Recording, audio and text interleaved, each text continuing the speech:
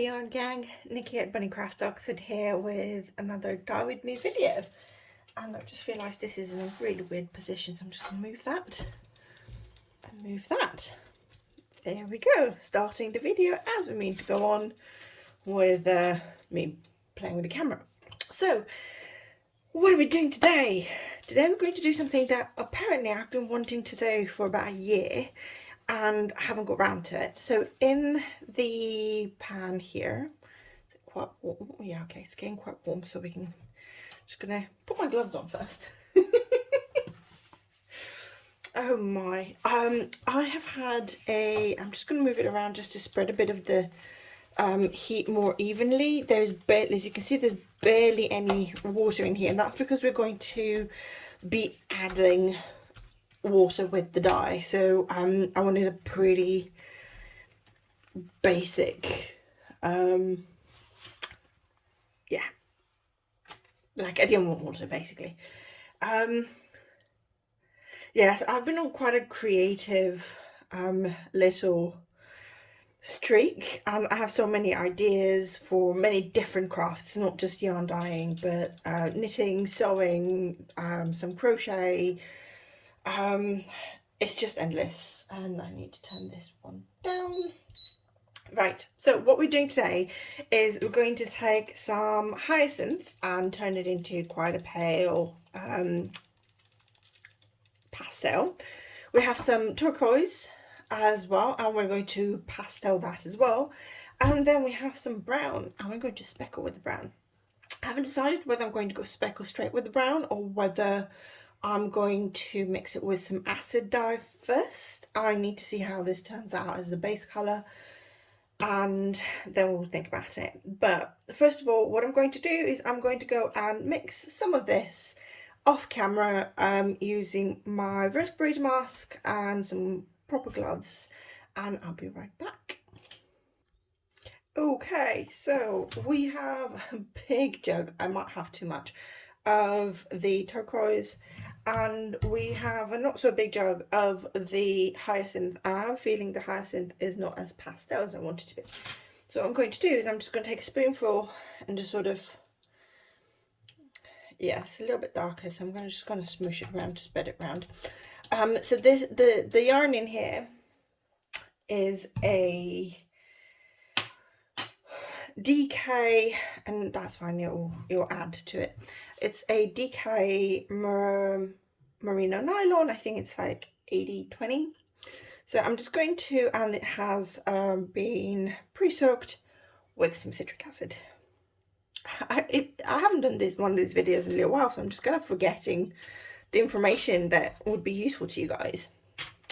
There is about 3 tablespoons, so that would be 45 milliliters of a 1% turquoise stock solution in here, and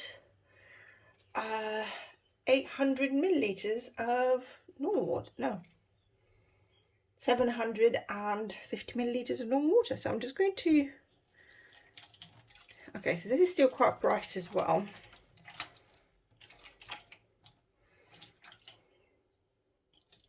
So I think I'm just going to use the hyacinth as it is. And sorry, blues spread, and I'm just going to zigzag this way when the hyacinth.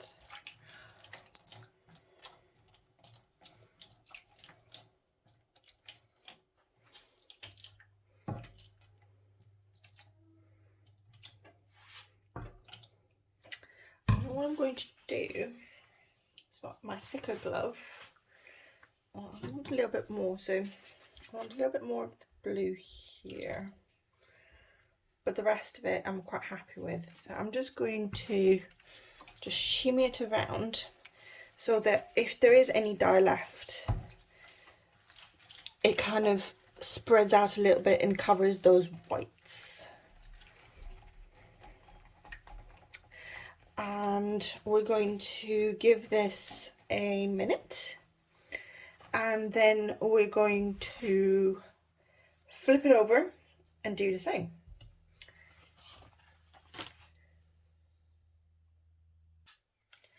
Oakley dokley.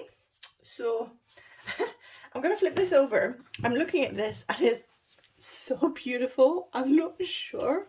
I'm going to zoom out. Can I zoom out a little bit? Can you see okay? No, oh, I don't like that. There we go. Yeah, this is so pretty. I don't want to speckle it. I'm still going to, because I'm very curious to see what happens or what it looks like, and we might not regret it. But as I flip this over, I should have used my tongs. We've had pretty good penetration. There's not a lot of white left on this side.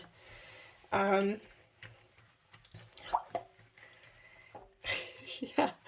Oh my days, this is so pretty. Yeah, if speckling it with brown absolutely ruins it, then I don't know why I'm taking off my gloves. Then we're just going to make another one of just this, because we have plenty of the stock left over. So I'm going to go this way on the blue, and then I'm going to go this way with the hyacinth. And this hyacinth is doing some marvellous things when it mixes with that blue. It really is. So I want a bit more around like here, another line. And the other thing that I'm actually quite enjoying is the more water we're adding, the more sort of glazed bits and pieces we have. So I'm just going to do that, and then as I did the last time, I'm just going to move things around. And what I can see is I want a bit more of the blue up here, so I'm just going to add a line of blue and then just mush it around.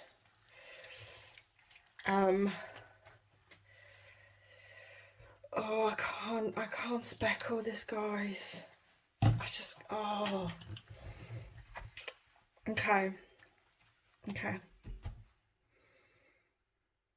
I'm just going to put tiny little dollops, just the tiniest little bloops of brown, and I am going to mix it with citric acid so that it binds quick and doesn't spread and doesn't dull the colours.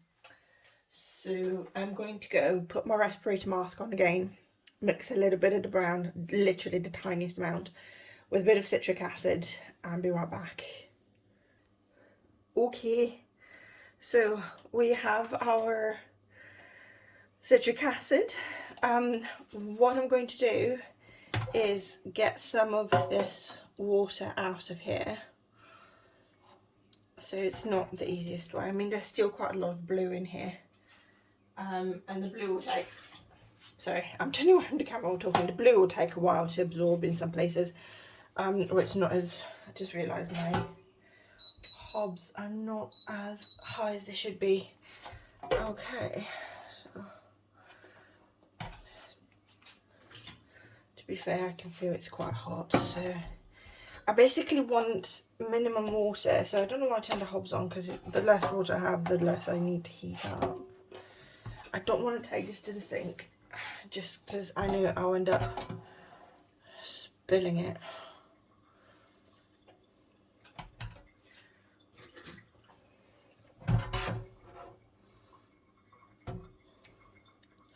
Okay, this should be okay. Right, where did I put my gloves? Be right back, I need to find my gloves. Okay, so this has been rearranged. I'm going to put my respirator mask on, and we're going to start what I'm hopefully not going to regret is the speckling. So, mask on, I have gloves, I have my glasses on, and here's a tiny bit of citric acid and some brown. And I'm not going to speckle all over, I'm just going to speckle a couple of areas. I'll speckle a little bit here, I'll speckle a little bit here, maybe a tiny bit up there, tiny bit here, Tiny bit here, and tiny bit here. Possibly a bit there. And it'll be quite a straight line, isn't it? I'm just gonna... I'm not hating it.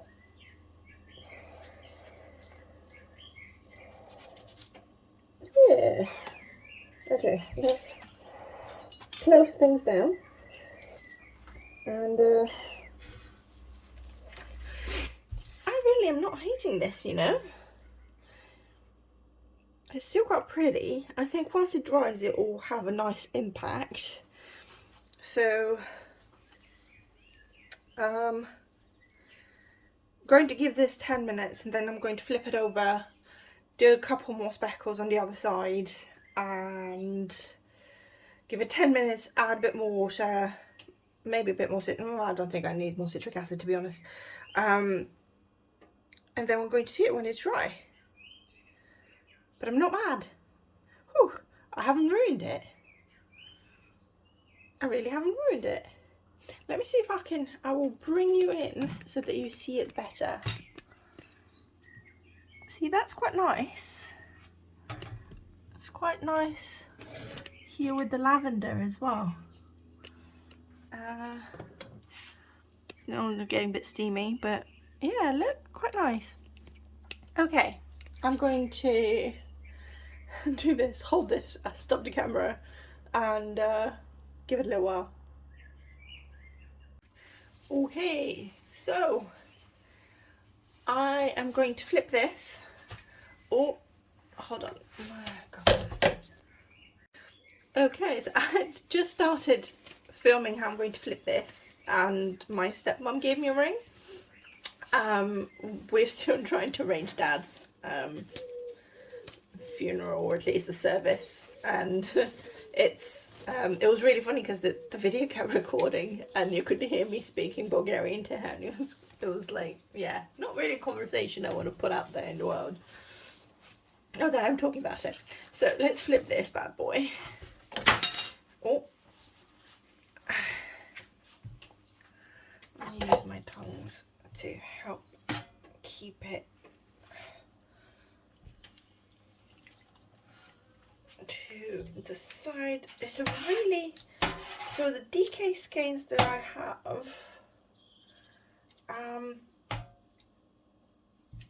are from my new yarn supplier, and they're really long. I'm not complaining, but I swear to God, they're like a yard and a half. I might need to get my yardstick, because I have a yardstick, as you do. Apparently anyone and everyone that sews should have a yardstick, along with a whole bunch of other stuff. Anyway, so let's arrange this, and then I'm going to take the yellow glove off. I have a blue one underneath, mask. Oh, there's water dripping down my elbow. Mask on. Nearly spilled this, so I can roughly see where I've put it before, so I'm just going to try and go to areas that I think are on the other side and don't have any of this speckling. I'm going to put some up here. I'm just gonna... This is across both loops of the skein, so I'm just putting some on each side. I'm going to increase the one up here, add a bit more.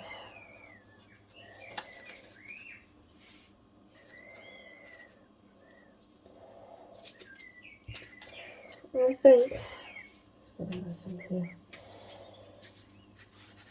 I kind of really want to use this, but at the same time I don't want to add that much more.